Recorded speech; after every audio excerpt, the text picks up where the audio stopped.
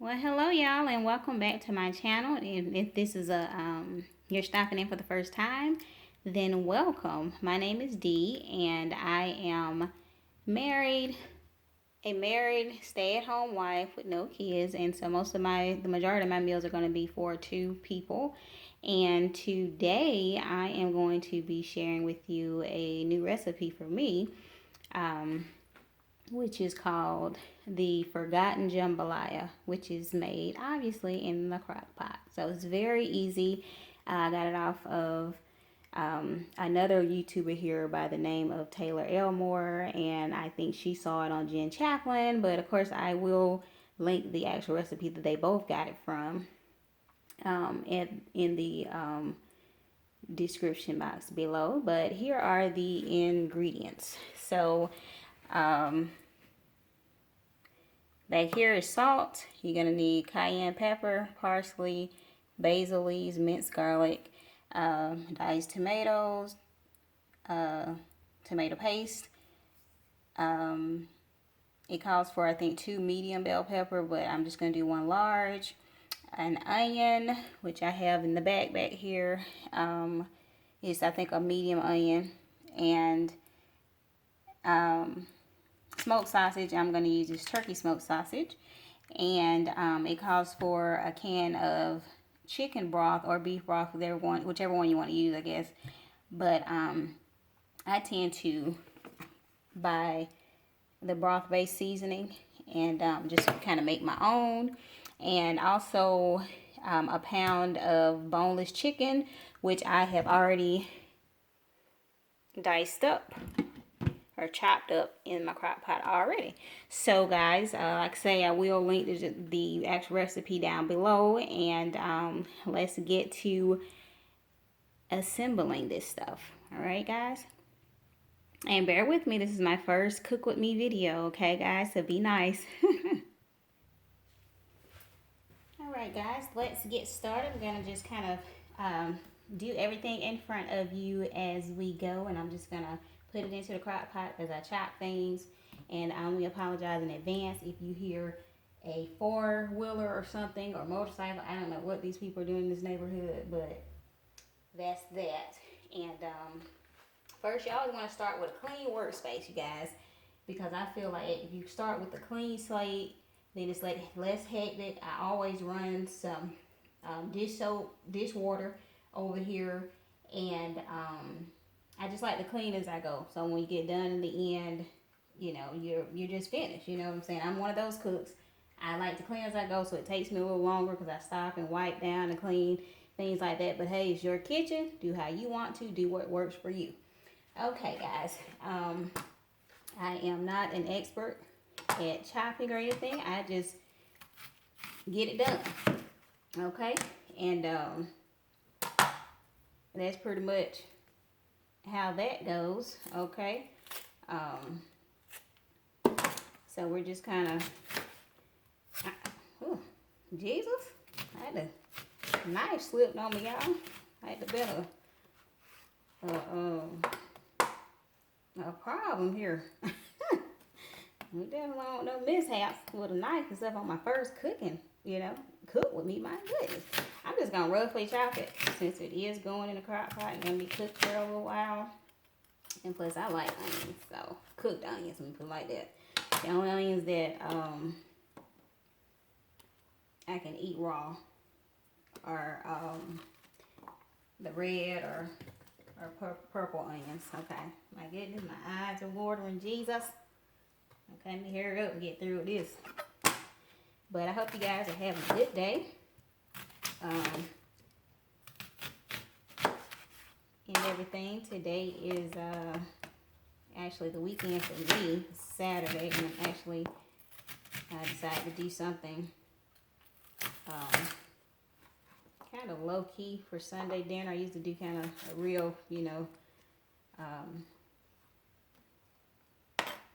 traditional, you know, Sunday dinner, but this week I just didn't feel like it, you know what I'm saying? Like my husband always says, like, hey, I'm eating. Y'all, these onions are hair. When I say they up here whooping my behind and I got my glass, I even got my glasses on. You know how they say you have glasses on. But honey, they going through these spectacles. I'm glad y'all can't see me. Because I am struggling up here. But anyways, Jesus, Lord God. Sweet Jesus. Okay. Y'all excuse me. This is just me.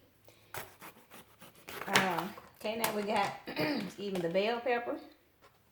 And again, I'm just going to pretty much roughly chop this. I got my trash can down here, guys. That's what you hear something plopping. I know y'all probably like, would you get a smaller knife? But, yeah, I love this knife right here. I mean, I do use another knife one, of course, but I just didn't want to be, again, y'all, I have my trash can on the side, so that's why you don't see my hands right now, because I was cleaning the seeds out. But I just didn't want to keep going back and forth and everything like that. Didn't want this video to be too long. But, like I said, I'm just roughly chopping it. Again, you don't have to feel like you need culinary skills to cook. You know, just get it done. Basically, at the end of the day, it's about the flavor. You know, now if you're, you know, starting out cooking and things like that, you start with easy things and all that kind of stuff. I would say crock pot, your best friend, baking stuff in the oven. Don't you dare start frying if you just not starting out cooking, because man, it's easy to have beautifully brown, golden fried chicken, and then you darn bite into it, pull it apart, and it's bloody on the inside. So please don't start with frying. I would say start with baking your meats and all that, and you know, just work your way up. Or either you need a deep fryer with a timer, you know, and invest in a meat thermometer, okay? Because you don't want to serve anybody raw meat, okay? So that's what I would suggest that you do, okay? It's going to be some pretty big pieces. I might need to cut these a little bit smaller. But at the end of the day, I'm going to say that a lot, y'all, sorry. But it's about the flavor of it. Some things can look, don't look appealing at all. And of course, if you're taking it to somebody's house or, you know, dinner party, or you host a dinner party, you want presentation. But as long as it tastes good, people really can about get over how it looked. You know, they were like, that mess was good, you know. But yeah, that's it. You know, when it's with cooking, it's gonna be trial and error, and it's also going to be about your palate, you know, and checking for flavor and taste. Do not be afraid to add salt to things. Don't over salt it, but it needs salt. Helps, okay? If you only use salt and pepper, don't ever get into a whole bunch of other seasonings where you have hundreds of, you know, things in your spice rack and all that. But salt and pepper goes a long way. It's a lot of people don't cook with anything. Like my mom makes her dressing, and me and my sister are always so amazed, because it's like, you know, we might do all the little extra put what is it, all-purpose seasoning, garlic powder, onion powder. You know, when it comes to just seasoning something, my mom is basically, you know, she'll cut up an onion and salt and pepper. And it's like, what? Like, it was so good. Like, she just used the basic things like that. And if you think about it, because my mom was 80 years old, back then they didn't have all that. But as long as they had, just say an onion and salt and pepper, they could make you work wonders in the kitchen. You know what I'm saying? And of course, cooking oil or lard or whatever they probably had more available to them back in the day. So just start with the basics. Now I would say definitely salt, pepper, onion powder, garlic powder. Even like the original Mrs. Dash is perfect. If that's just what you put on everything, you'll have a flavorful meal, I feel like. And then you just slowly start incorporating other seasonings to your liking. But your main goal is that when people put that first forkful or spoonful in their mouth, that they're like, oh my God, this is so full of flavor. And that once, if you get that reaction, then you have accomplished what you set out to do. As long as it tastes good, okay? So do not be afraid of salt. Just don't over salt it. Just put a little bit here and there. Taste it as it's going, as it's cooking. And just add it accordingly, okay? So that's my tip of the day for first time cooks or people that's been cooking for years and still feel like they can't get it. That's it, okay? And then when you're cooking in your kitchen, your taste buds and, you know, palate might be different than mine, you know, and I like a lot of seasoning. You may like yours more on the bland side. If that's how you like it, then hey, then don't worry about what I just said. You cook it to your liking, you know. Now I would give a disclaimer: if you're taking food to other people's houses or they come and eat at your house, let them know up front, hey, I don't cook with a lot of salt, or I don't, you know, everything I cook is salt-free seasoning. Let people know so they won't be talking about you when they leave, saying, you know, like, oh my God, that food was so bland. Just let them know so that way they can prepare themselves. You know what I'm saying? And not just think you're a horrible cook. And then you need to put some salt on the table so they can season it themselves if they choose to do so. You know what I'm saying? Some things can be seasoned after it's cooked. You know, I think it's harder to season it. You know, especially things like rice, mashed potatoes, things that need to be grits. You know, things like that. To me, any type of potato, whether it's baked, boiled, they are hard to season if you don't do it initially, or like boil your potatoes in water with salt. It's just, to me, it's just like, it's hard to season them afterwards, you know. But and another one of my staple seasonings, and I know I'm doing a lot of chatting, but I just thought I'd do it while I'm chopping.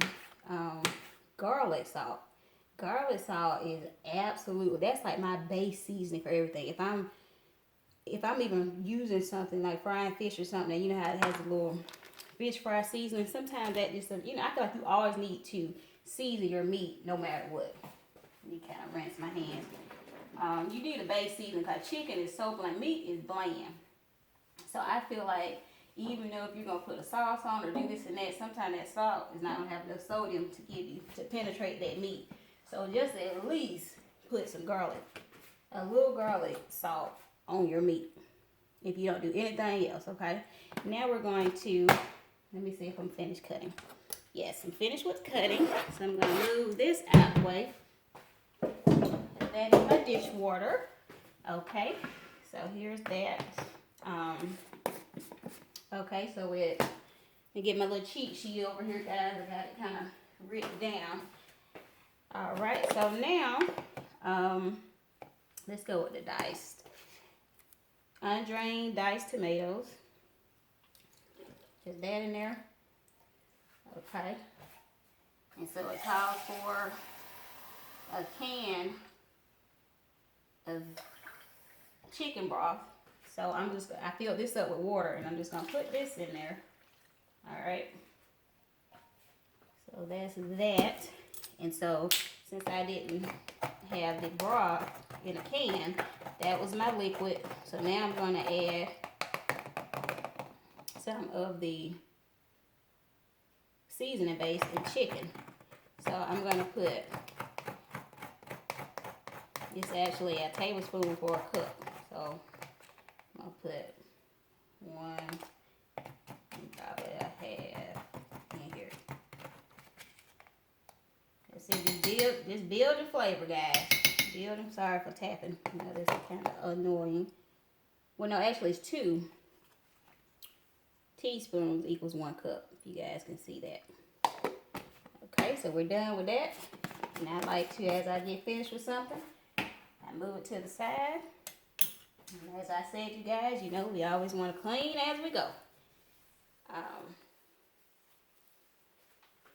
And people probably say, oh, this is so unnecessary, but I'm just as they say, a neat cook. I like everything to be clean as I go, okay? So we'll do that, wipe my hands off. Okay. let's see. So we got our chicken in, guys. We have our sausage in. We have our diced tomato in. We've put our 1 can of chicken broth in. And we have our onions in, bell pepper. Okay, let's put our paste in. So it's just 1 6-ounce. We're going to put the entire thing in there, okay? Which is, I've heard, well, I don't know, last time I cooked something that I actually had to put the whole thing in there. I usually have to have some left over, usually like 1 tablespoon, then you having to, I used to throw it away, guys, and then I learned that you could freeze it, so I started freezing it. Again, sorry for the tapping. Okay, I'm gonna rinse this off in case I need it again. Okay. Alright. Alright, we got the paste in. Let's do the salt. And I just use pink Himalayan sea salt. That's my salt of choice. And I'm gonna do probably like,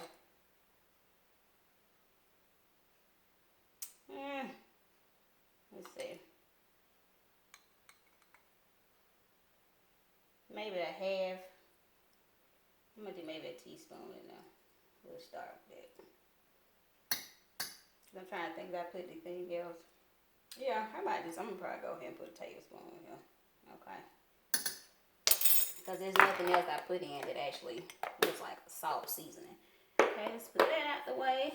Let's do the cayenne pepper. Half a teaspoon. This is my little teaspoon. I'm gonna just do half because I got the other one, but I ain't feel like messing up all those, so I'm gonna just do half of it.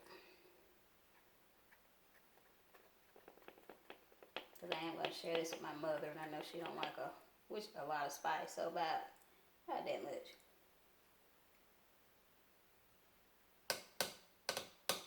You can always add some of that later, you know what I'm saying? Okay, got those out the way.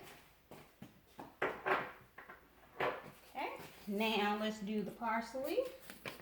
Just got some good old great value parsley. Take this little top off. And I'm going to do a tablespoon of that. Okay.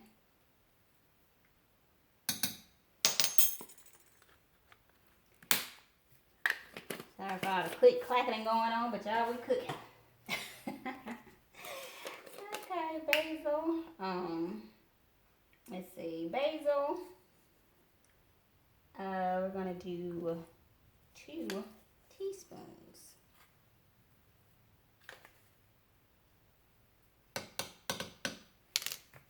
Yeah, I know I just did that little on purpose that time. Alrighty, now we're gonna do the last. Make sure it's the last ingredient. Yes, we're gonna do some minced garlic. I love to keep you some minced garlic on hand, y'all, because I ain't have time to be chopping up garlic, but I love garlic, so I'm definitely going to do a generous amount of that, okay? So, that in there, half on, move that to the side, okay? Again, y'all, I told you, now, I have to wipe my little area clean, okay? Now I'm just going to stir all this together. Okay, as such.